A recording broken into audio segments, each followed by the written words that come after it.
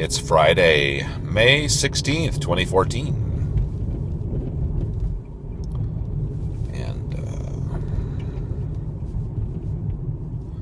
heading to work.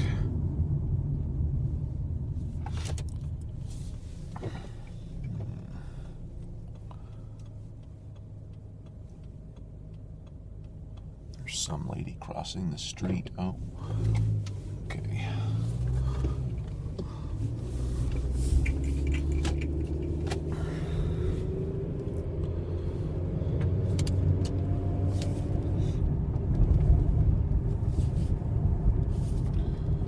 All right.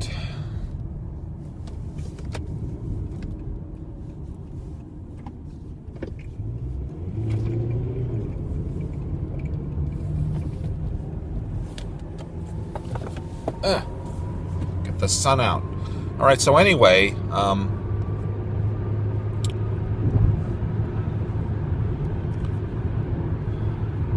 over the night, I had a dream that I was visiting a Mormon temple, and it was kind of a cross between the Jordan River Temple and the old Ogden Temple and an Anglican kind of cathedral situation. So the staff let me walk down to the basement where they did the ceremonies and stuff so I could use the restroom. And then in the Anglican part, they had kind of a bookstore where anyone could go in there, bookstore education area kind of thing. So that was that. It's been a while since I've had a dream about a Mormon temple, but that's what happens sometimes, you know, when you spend too much time inside their buildings listening to those boring ceremonies. And then eventually you decide that Pale Ale can go to hell. Pale Ale is what they used to say in the Mormon temples. Now they say, "Oh God, hear the words of my mouth," repeated 3 times when they're in the prayer circle.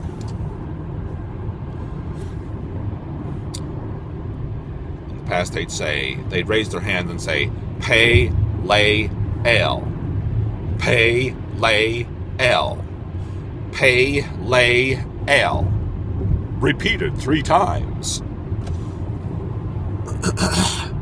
That's supposed to mean, "Oh God, hear the words of my mouth," as I'm standing in a prayer circle with interesting costumes on, holding hands in using the second token of the Melchizedek priesthood with everyone else in the circle.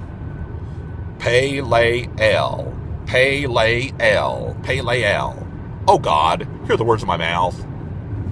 And then an ex-Mormon, came up with a label for a beer bottle, also called Pale Ale, and that one said, "Oh God, beer is good for my mouth. Oh God, beer is good for my mouth." So that's a good one. But I recently made a trip to to Washington, D.C., and they have the Mormon Temple there in Silver Spring, Maryland. And it's just right smack dab in the middle of the freeway, in a freeway curve. So as you're going on the freeway, trying to commute to get to work, you are presented with, kind of confronted by, this huge Mormon temple. Of course, you can't go inside. You can just look at it.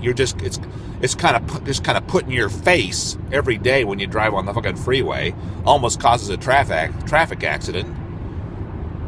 Same thing with the Portland Temple. Why do Mormons insist on putting their fucking temples right on freeways where they might cause traffic accidents? That's kind of imposing advertisement. An imposing advertisement of their stupid religion. We'll put our huge building with bright lights on your freeway.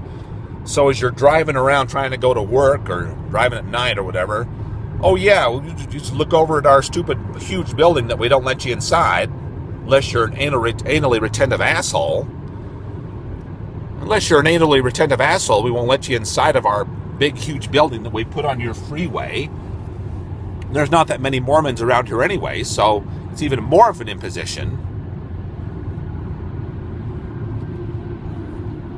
Most people, they think of Mormons, they think, oh, what a bunch of crazy freaks. And they're right. Yes, there's some good that goes on with the Mormon culture, but there's also a lot of bad. A lot of bad. And people being obsessed with incredibly petty things like, oh, did you drink some coffee? Oh, did you smoke a cigarette? Oh, did you have some black tea? Oh, did you touch your penis or your clitoris? Oh, my goodness. Did you have sex with your girlfriend before marriage? Oh, my goodness. Hey, did you have oral sex with your wife after marriage? Oh, my goodness. Those are all real fucking things they either have or are concerned about. With real documentary evidence to show the situation, my friend. And yet they put their huge temples that they won't let you in. To go inside those temples, you have to kiss the ass of not only the Mormon God, but of all the current and past leaders and say, oh yes, Mr. Leader, not only did I not have oral sex with my wife, I also believe Joseph Smith was a prophet. Not only did I not masturbate, I also believe Spencer Kimball was a prophet, and that Thomas Monson is a prophet, and so on. Yes, and also I don't drink coffee, and also I don't have black tea. Mr. Mormon Leader, please let me into your stupid huge building that would put on the fucking freeway to help people have traffic accidents. And it's no wonder that the Jerry's Sandwich Shop in Silver Spring, near 2200 Broad Birch, no wonder that sandwich shop, Jerry's, has a sign, a photo in there of the Silver Spring Temple with the witch from the Wizard of Oz flying around. And I'll see if I can find that photo. Hopefully I didn't lose it. But in any case, that place does look like the Wizard of Oz. And as I was flying there for this last trip, a stewardess on the airplane said, "Oh, you're from Salt Lake City? Well, you just have to check out the Washington, D.C. Temple. Oh, my goodness. It just looks like the castle from the Wizard of Oz." And she's right. So much so that there's apparently occasional pranks that go on with the Wizard of Oz situation with that Mormon Temple, that huge, imposing building. Anyway, that's the situation. So when you worked as a Mormon Temple worker and for several years, and as a little chump 13, 12-year-old, you dreamed, oh yes, I want to go do baptisms for the dead. Help baptize Jewish people who died in the Holocaust into the Mormon Temple. It's a little joke there. But in any case, yes, as a naive 12-year-old, you think, oh yes, I want to go to the Mormon Temple. It's my dream. My dream is the little chumplet. The little chumplet in the Mormon church. And then when you get a little bit older, you turn 19 or you turn 21 after 2 years of abstaining from dating and masturbation on your Mormon mission, you come back and you become a temple worker again while you're going to Rick's College. And also when you're back in the Salt Lake Valley. So I guess it's kind of natural to dream about the Mormon Temple sometime, Another bathroom dream where you think, oh hell, where the hell am I supposed to go to the bathroom in this Mormon Temple? Where's the bathroom? I need to find the bathroom in the Mormon Temple so I can go to the bathroom. Another bathroom dream. And the Mormon Temple, oh my fuck, can't they get the Mormon Temple out of my fucking brain? At least I'm doing additions to it where you have a section where all people can go. The bookstore section that's more like an Anglican cathedral. Huh? It's the bookstore section of the Mormon Temple, the Anglican cathedral wing.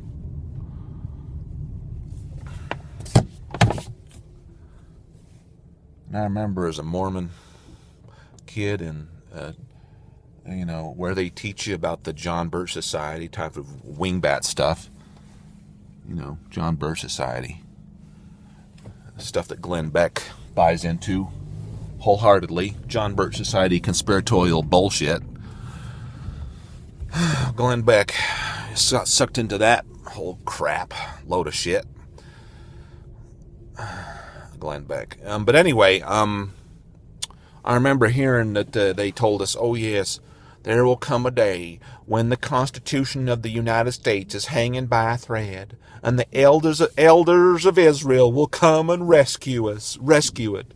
And then one day we'll just all have to go back to Missouri, and the Mormon the temple in Salt Lake City other people will go inside, and it'll be so bad because people who aren't anally retentive, bass-ackwards Mormons will be able to go inside. Bad. Other people besides regular anally retentive Mormons will get to go inside the Salt Lake Temple. It'll be so bad, and the Constitution will be hanging by a thread, just like they taught us in conspiracy school in the John Birch Society. But I'm thinking now, maybe they should let more people inside the Mormon Temple. Maybe that'd be good. At least you can walk around on the temple grounds. They even let atheist ex-Mormons like me, who masturbate and engage in oral sex, walk around the Salt Lake Temple.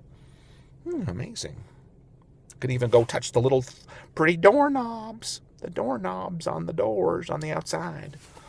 Those pretty little doorknobs on the outside of the Salt Lake Temple.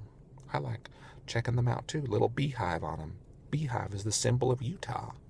Brigham Young thought it up because he had about, 500,000 wives, and you have to have a beehive to have two houses to hold all his wives. The beehive house and the lion house. Oh my goodness. A different wife every night for Brigham Young. Plus some of them were still legally married to other men. Anyway, that's the crazy nature of the Mormon Church. So anyway, that's life here in Utah, where some of us engage in oral sex and masturbation, and we drink coffee, and we drink Cabernet Sauvignon red wine, and so on. Not everybody in fucking Utah is a fucking Mormon. Attention! Attention, stewardess. On U.S. Airways, not everyone is a fucking Mormon who lives in Utah. Attention! Some of us engage in oral sex and masturbation. Thank you. Goodbye.